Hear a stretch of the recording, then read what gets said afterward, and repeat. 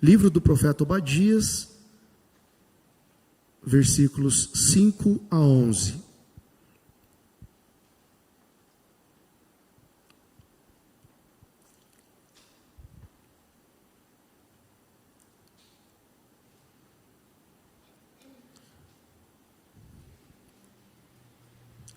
Assim nos diz a santa palavra do Senhor: se viessem a ti ladrões ou roubadores de noite, como estás destruído, não furtariam só o que lhes bastasse? Se a ti viessem os vindimadores, não deixariam pelo menos alguns cachos? Como foram rebuscados os bens de Esaú, como foram esquadrinhados os seus tesouros escondidos. Todos os teus aliados te levaram para fora dos teus limites. Os que gozam da tua paz te enganaram, prevaleceram contra ti. Os que comem o teu pão puseram armadilhas para teus pés. Não há em Edom entendimento. Não acontecerá naquele dia, diz o Senhor, que farei perecer os sábios de Edom e o entendimento do monte de Esaú? Os teus valentes, ó Temã, estarão atemorizados, para que do monte de Esaú seja cada um exterminado pela matança. Por causa da violência feita a teu irmão Jacó, cobrir-te-á a vergonha, e serás exterminado para sempre. No dia em que, estando tu presente, estranhos lhe levaram os bens, e estrangeiros lhe entraram pelas portas, e deitaram sortes sobre Jerusalém. Tu mesmo eras um deles. Oremos uma vez mais. Senhor, a tua santa palavra foi lida nesta hora. Nós te suplicamos, Deus, auxílio vindo do alto. Nós te suplicamos a direção destas palavras que serão ditas agora pelo teu servo. Use-me, Deus, conforme o teu querer, para falar da tua parte aos irmãos que estão ouvindo esta palavra, para falar da tua parte também àqueles que não o conhecem, que possam em tempo se arrepender, voltar o seu coração à absoluta verdade que reina de geração em geração, de que o homem não pode salvar a si mesmo. Em nome de Cristo nós oramos, agradecidos por tudo. Amém. Queridos irmãos, todos conhecem a história do RMS Titanic, o navio de passageiros britânico, construído no ano de 1909, lançado ao mar em 1911, e ele foi pensado para ser o navio mais seguro da época, o navio mais luxuoso da época, o navio mais perfeito da época, um navio considerado pelos homens e construtores como sendo um navio inafundável, um navio indestrutível, um navio sem fim, um navio para sempre. Na mesma sinergia do Titanic nasce o World Trade Center, em 1973, com o mesmo propósito, ser um imponente edifício, capaz de resistir a tudo e a todos. E o que estes dois eventos têm a ver com o texto que nós acabamos de ler? Nós já sabemos do desfecho a respeito tanto do Titanic quanto do World Trade Center. Irmãos, ao longo da história, os homens têm insistido e nutrido o desejo por eternidade das coisas deste lado da existência. O homem tem nutrido, tem se esforçado em se perpetuar aqui deste lado da existência. Mas isso é uma ilusão. Isso é uma ilusão que não vai prosperar. A única verdade absoluta, queridos irmãos, que nos garante, que a Escritura nos garante, que aquele que vive eternamente somente é o Senhor Jesus. Só o seu reino perdura eternamente. Edom, aqui, os edomitas, eles ignoram isso. Eles pensam ser eternos. Eles pensaram ser autossuficientes. E justamente por isso, o título desta mensagem é o engano da autossuficiência. Há um engano quando o homem pensa ser autossuficiente.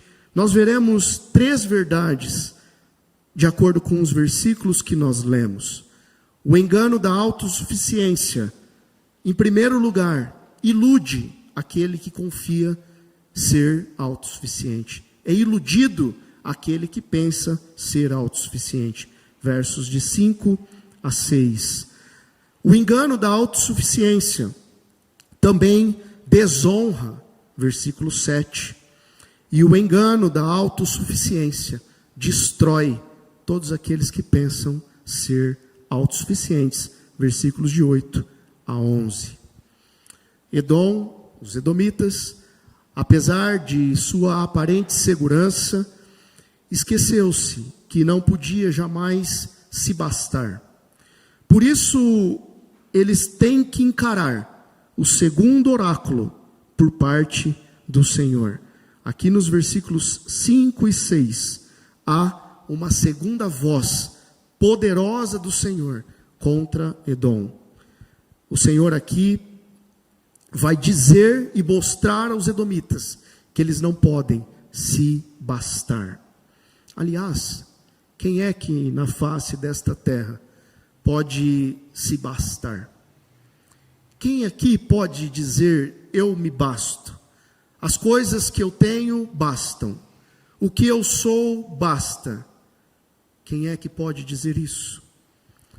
Porque, queridos irmãos, assim como Edom, assim como os edomitas, são aqueles que vivem sem Cristo. A humanidade sem Cristo pensa ser autossuficiente. A humanidade sem Cristo pensa que pode resolver todas as coisas, todos os problemas, e inclusive insistem em se perpetuar nessa terra.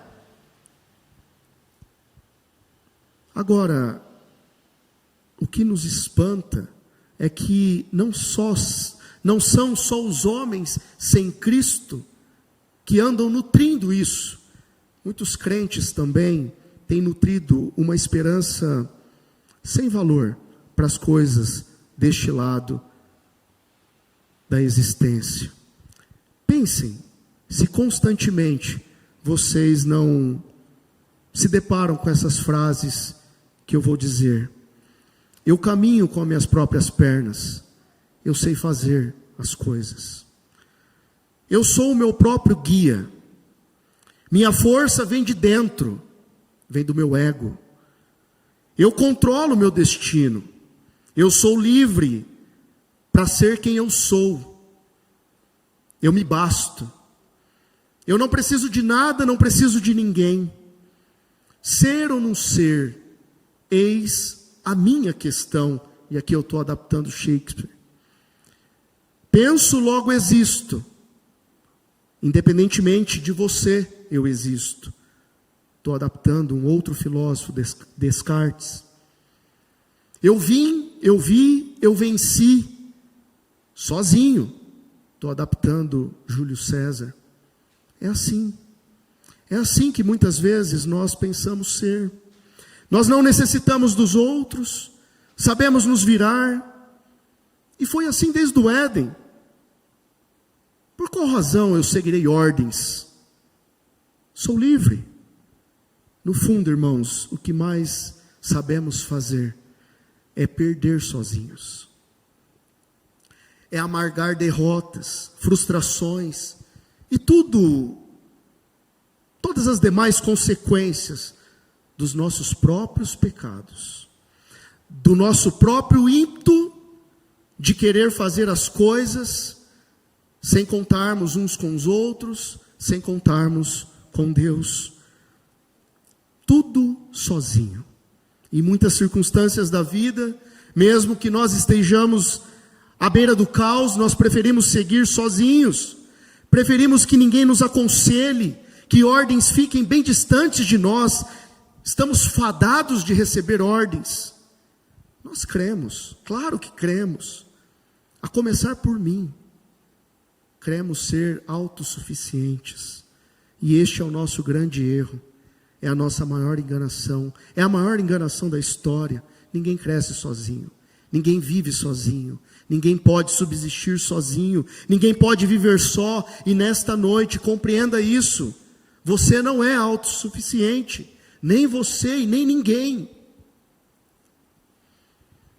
Talvez você esteja dizendo: eu já sei disso, essa mensagem não é para mim. Claro que eu sei, claro que eu dependo do Senhor.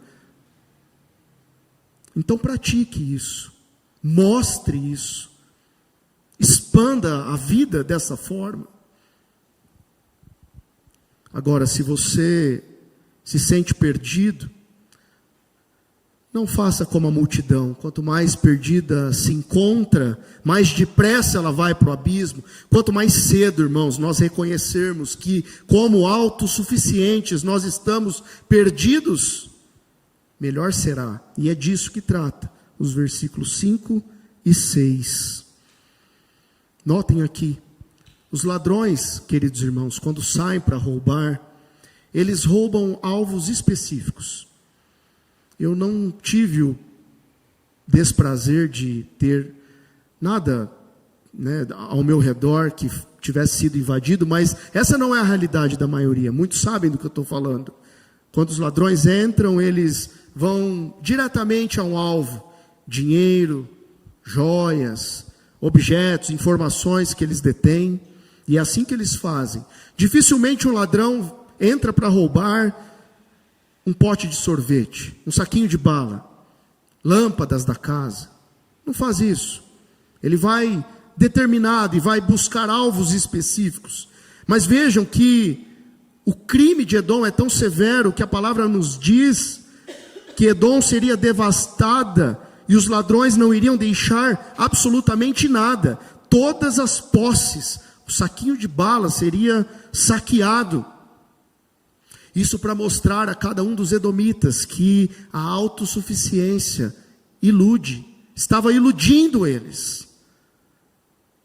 No capítulo 3, no versículo 1 de Apocalipse, Deus tem uma palavra bem registrada ali. Diz assim: tem nome de vivo, mas está morto. Tem nome de vivo, mas está morto. Todo aquele que pensa ser autossuficiente se ilude. Pensa estar vivo, mas está morto. Por muito autossuficientes que nós pensamos ser, só achamos. A realidade é que nós somos, muitas vezes, mortos ambulantes. Sabe até quando? Até enquanto nós não nos desistirmos de nós mesmos, dos nossos interesses, das nossas prioridades, que muitas vezes, irmãos, demonstram um pensamento de autossuficiência. Dependamos unicamente de Deus. Não sejamos como os edomitas, confiantes em sua própria força. Um povo que se considerou invencível, indestrutível. Esqueceram-se que nenhum poder humano pode resistir ao juízo do Senhor. Ilusão máxima é a autossuficiência. Pela manhã, nós já falamos e vamos repetir.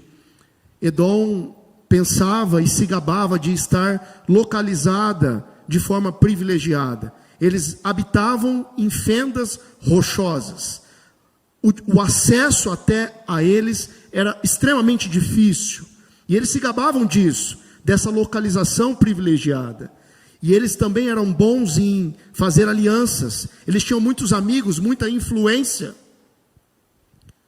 E aqui, queridos irmãos, Edom deixa escancarado a ilusão da autossuficiência. A ilusão porque é incapaz de impedir a ruína. O juízo de Deus derrubou Edom. E reflita nesta hora, uma vez mais. Reflita se a tua verdadeira segurança está se pautando em alguma coisa, qualquer coisa que seja, mas que não seja o que deve ser, que é Cristo, a nossa rocha eterna.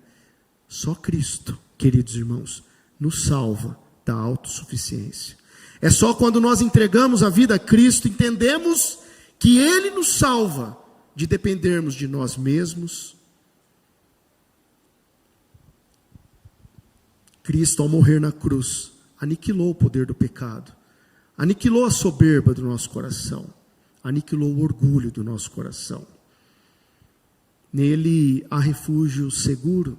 E conectando essa parte da mensagem com o advento, que é o propósito dessas mensagens de janeiro, nós somos lembrados que é com o advento de Cristo, quando Ele veio a este mundo, em que fica evidente a separação daqueles que confiam nele, daqueles que não confiam nele, daqueles que pautam as suas vidas de acordo com a palavra, com os preceitos que Ele deixou, daqueles que ignoram o juízo vindouro e ignoram a realidade de que nós dependemos dele a todo tempo. Esta é a primeira verdade do nosso texto. O engano da autossuficiência. A autossuficiência ilude.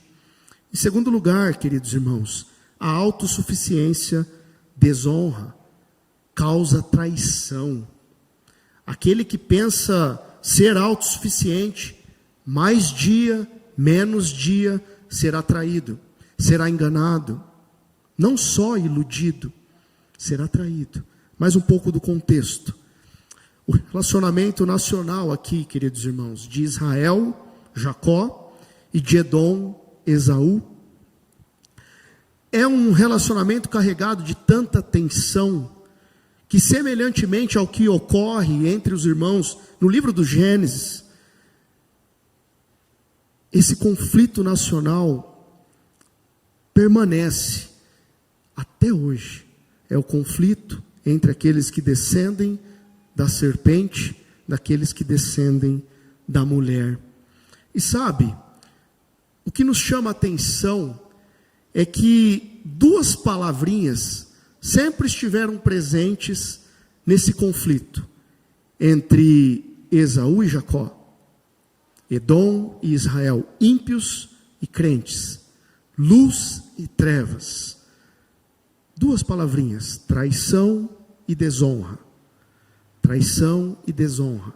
Essas duas palavras sempre estiveram presentes nesse relacionamento. Edom, Israel, Esaú e Jacó, embora biologicamente ligados por sangue, mesmo assim, esse elo, essa ligação não impedia as brigas entre eles, não impediu em momento algum atos de desonra, atos de traição. Irmãos de sangue, com grandes questões de vida, questões que transcendem o nosso próprio entendimento. Enfim, uma relação antagônica de longa data, irmãos, que resulta numa inimizade perpétua. É por isso que do Gênesis ao Apocalipse, os que descendem da serpente e aqueles que descendem da mulher não podem conviver no mesmo ambiente em paz. Luz não dá com trevas. A luz precisa sempre exercer influência sobre as trevas. Sempre que os nossos relacionamentos implicarem um diálogo, algo estreito com aqueles que são trevas neste mundo, o propósito de Deus ter nos colocado ali, e Ele vai nos colocar, é fazer com que a nossa luz dissipe as trevas que há naqueles que não conhecem o Evangelho. Esse é o propósito. Esse é o propósito. Agora, trazendo isso para mais perto de nós, quando nós pensamos nesse conflito e nessa dificuldade de um relacionamento entre luz e trevas, é claro que a nossa única resposta possível é: não há solução. Esse é um relacionamento insolúvel a nível do homem. E isso é ilustrado por muitos escritores da Bíblia. E para citar um exemplo, no Salmo 83, no verso 3, isso fica ilustrado, essa dificuldade entre luz e trevas, descendentes da serpente e descendentes da mulher. Mas aí a gente tem que se lembrar, e não se contentar com essa questão desse conflito insolúvel, mas a gente tem que se lembrar que aquilo que é impossível aos homens, não é impossível para Deus. Essa não é a realidade de Deus, irmãos. O impossível, ele faz parte somente do seu e do meu vocabulário. E justamente por não haver impossíveis para Deus, Ele enviou a este mundo o príncipe da paz, Jesus, veio ao mundo e apaziguou desde a raiz esse conflito entre Esaú e Jacó, entre Edom e Israel. Essa tensão entre a semente da mulher, tipificada em Jacó, e a semente da serpente, tipificada em Esaú, é totalmente dissipada em Cristo. Isso porque a rebelião contra Deus, própria dos edomitas, própria de Esaú e de Edom, a inimizade contra Deus daqueles que são inimigos dele, é possível sofrer reversão, e é por isso que nós estamos aqui, porque nós cremos na regeneração do ser humano que é eleito, nós cremos em conversão de vida, nós cremos em mudança de vida. Claro, no sangue da cruz é possível haver reversão naqueles que andam em trevas nesta vida. Todos nós, irmãos, todos nós, sem exceção, um dia caminhamos e trilhamos esse caminho da inimizade com Deus. Todos nós, mesmo aqueles que nasceram na igreja, permanecem na igreja, vão morrer dentro da igreja, em algum momento da vida, teve que reconhecer: fui inimigo do Senhor, hoje eu sou amigo do Senhor. Todos nós, sem exceção, porque só há um mediador entre Deus e os homens. Somente Cristo é mediador nosso, é somente em Cristo que nós somos reconciliados com Deus. Nele os escolhidos são de todas as tribos, de todas as raças, de todas as nações. E eu sei, é muito incomum e difícil nós ouvirmos essa verdade que eu direi agora, com ousadia. Mas a igreja, irmãos, é lugar de ex-mentirosos. Claro que a igreja é lugar de ex-traidores, de ex-roubadores, de ex-inimigos de Cristo, é claro. Pessoas que viviam em inimizade com Deus, infiéis a Deus, conheceram o poder de Jesus e se tornaram ex alguma coisa. Graças aos méritos de Cristo, não há mais separação entre judeus e gentios. Não há mais separação. Em Efésios capítulo 2, versículo 11, e nos versos seguintes, nós podemos constatar o que Cristo fez naquela cruz, para fazer com que houvesse um apaziguamento nesta questão. Em Cristo, todos nós que somos dele, somos nova criatura. Todos nós somos um com ele. E a autossuficiência que desonra, que causa traição, essa autossuficiência é possível ser revertida. Não foi o caso de Edom. Edom fez escolhas e escolheu prosseguir no caminho da autossuficiência. Essa é a tônica dos versos 7 e 8. Todos os teus aliados te levaram para fora dos teus limites. Os que gozam da tua paz te enganaram. Prevaleceram contra ti os que comem o teu pão, puseram armadilhas para teus pés. Não há em Edom entendimento. Traídos, irmãos. Edom foi traído por aqueles em quem eles mais confiavam. Trazendo mais para perto, sabe o melhor amigo? Aquele confidente, sabe o ser perfeito? infalível, então, ele não existe. Ele não existe. Existe uma instabilidade peculiar em toda aliança humana. Toda aliança humana passa por uma instabilidade. Aliás, no mundo jurídico é comum, e é tristemente comum circular uma máxima. Ela é muito feia, mas é comum. Contrato é feito para ser descumprido. É horrível, é feio. Mas isso circula no mundo jurídico. Contrato é feito para ser descumprido. Não é incomum grandes negócios serem celebrados, entabulados justamente para isso, para não ser cumprido. Há apenas um melhor amigo.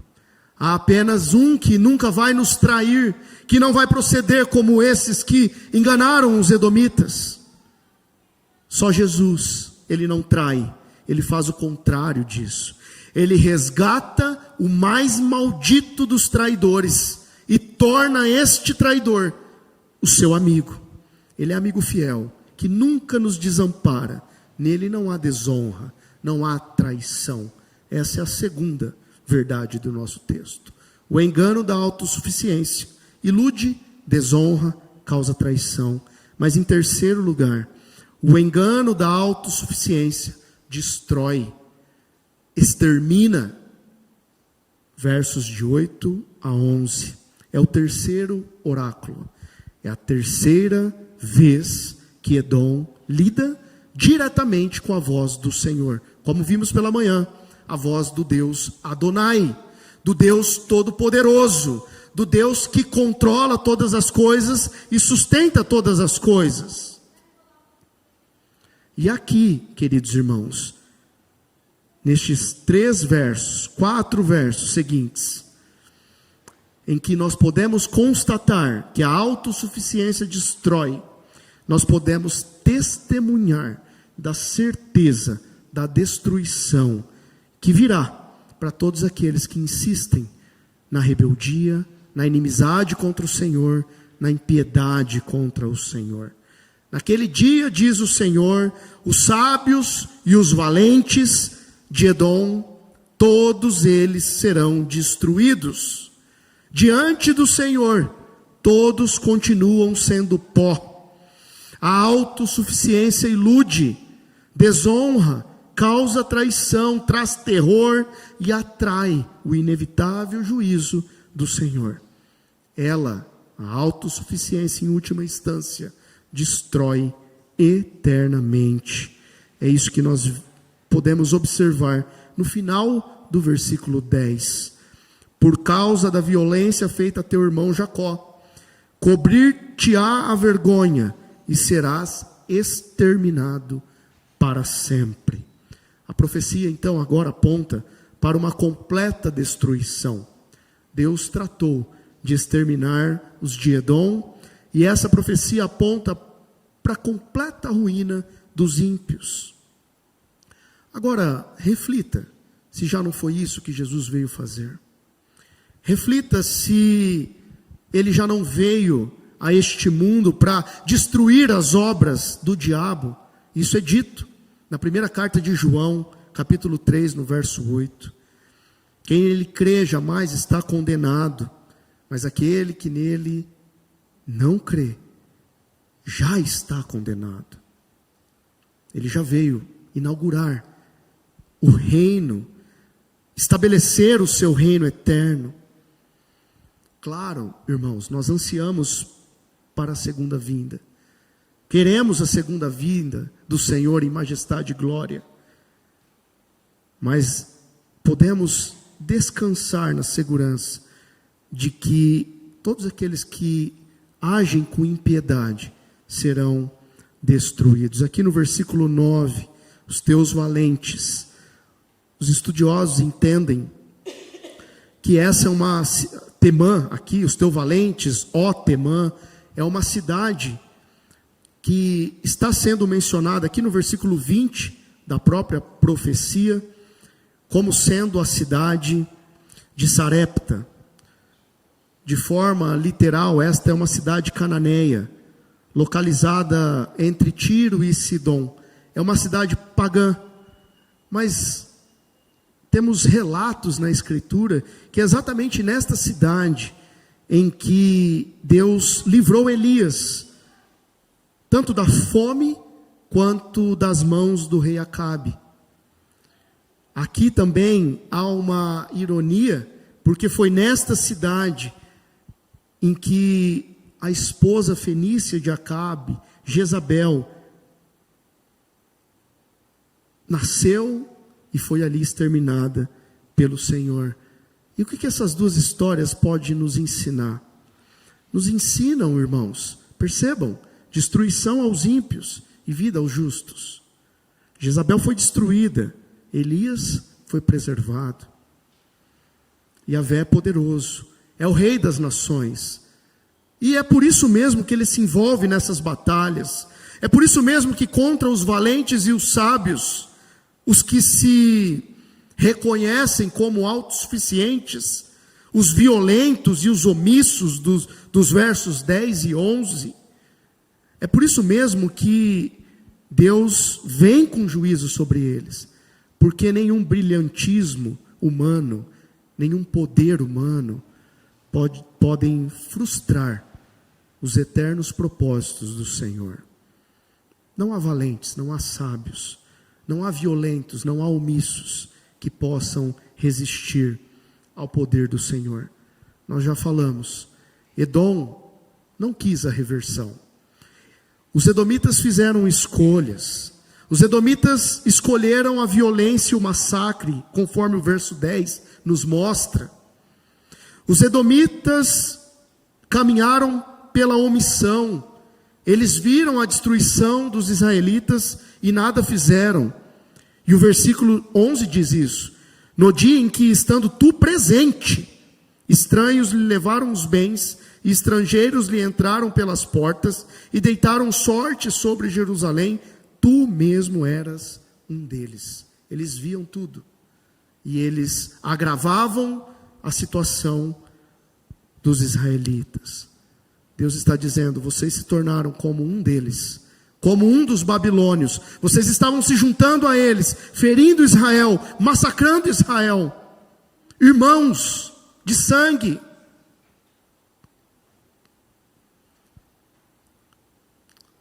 Por isso, uma reflexão antes de nós encerrarmos. Escolhas, irmãos, sejam feitas para o bem ou para o mal, elas têm resultados. Todas as escolhas têm resultados, para o bem ou para o mal.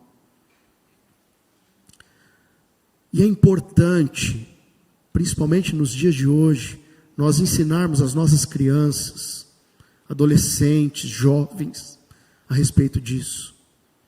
Escolhas para o bem ou para o mal possuem resultados.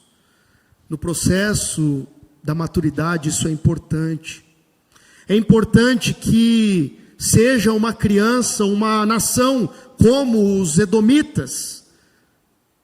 É importante eles terem a consciência que, se eles forem protegidos desta verdade, de que as escolhas vão causar resultados, se nós pouparmos eles desta verdade, nós estamos invalidando duas coisas fundamentais que Deus valoriza: a santidade dele e o próprio crescimento daqueles que erram por fazer escolhas para o lado errado. É nessa circunstância, então, que a punição chega até Edom. Um Deus justo que pune aqueles que insistem no erro e na arrogância. Quero concluir essa mensagem reafirmando: há um engano em pensar em ser autossuficiente. Há um engano porque a autossuficiência ilude. Há um engano porque a autossuficiência desonra.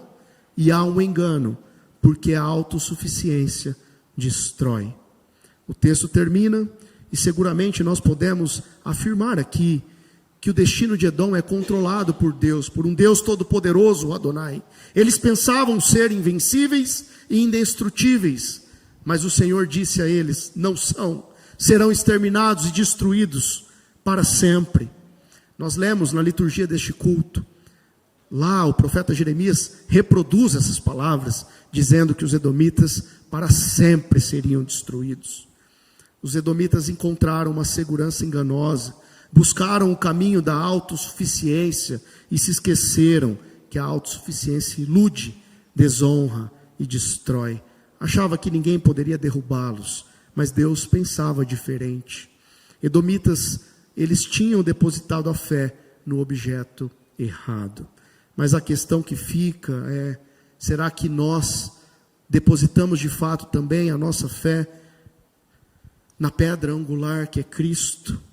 Ou o nosso objeto também está turvo e errado? Aquele que confia em Jesus jamais será envergonhado.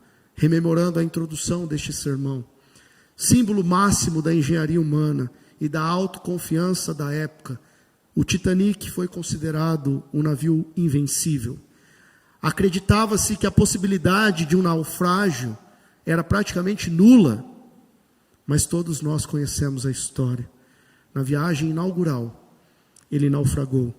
A autossuficiência, a arrogância humana de nada serve. O que o homem considera inabalável é extremamente vulnerável diante de um Deus todo-poderoso, um Deus que controla e rege essa história. Que Ele sempre nos ajude, que Ele sempre nos dê a humildade requerida a cada um de nós.